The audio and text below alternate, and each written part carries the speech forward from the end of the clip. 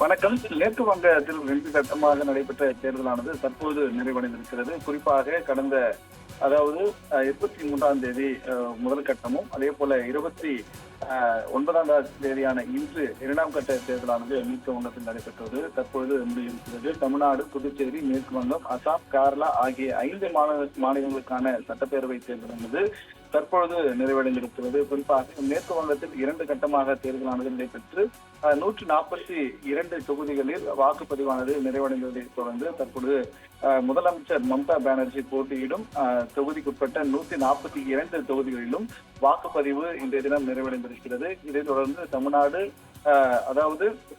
மொத்தம் 234 சட்டமன்ற தேர்தலில் ஒரே கட்டமாக தேர்தலானது கடந்த 23ஆம் தேதி வாக்குப்பதிவானது நடைபெற்றிருந்தது. அதே போல புதுச்சேரி, கேரளா, அசாம் மாநிலங்களிலும் இந்த தேர்தலானது கடந்த ஏப்ரல் 9ஆம் தேதியானது நடைபெற்று முடிந்திருந்தது. இந்த நிலையில் இன்று தினம் மேற்கு வங்கத்தில் நடைபெற்றிருந்த 2ஆம் கட்ட வாக்குப்பதிவும் தற்போது நிறைவடைந்திருக்கிறது. இது மட்டுமல்லாமல் தற்போது பொறுத்தவரை மொத்தம் 3.21 கோடி வாக்காளர்கள் மேற்கு வங்கத்தில் பொறுத்தவரை வாக்காளர்கள் இருக்கின்றனர். இந்த நிலையில் 142 தொகுதிகளுக்கு முதற்கட்ட வாக்குப்பதிவும், 2ஆம் கட்ட வாக்குப்பதிவும் 142 தொகுதிகளுக்கும் நடைபெற்று முடிந்தது. இதில் சுமார் 7.5 கோடி வாக்காளர்கள் மொத்தம் உள்ளதாக கூறப்படுகிறது. இந்த நிலையில் இவர்களுக்கு இன்றைய தினம் வாக்குப்பதிவானது நிறைவடைந்திருப்பது குறிப்பிடத்தக்கது.